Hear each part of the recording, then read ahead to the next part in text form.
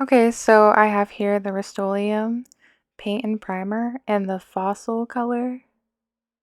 It is satin and it's supposed to go on wood, metal, plastic, and other surfaces. And you want to make sure that you wash the surface, shake the bottle for about a minute before you use it.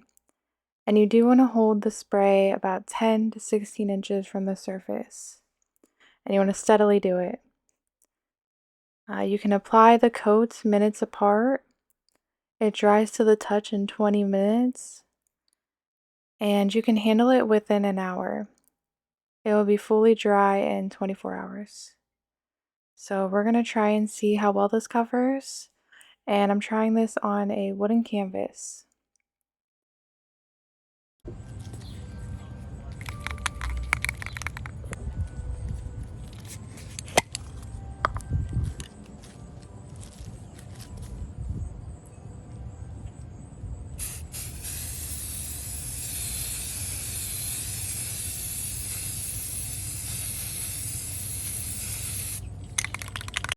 Here's the result after doing 2 coats.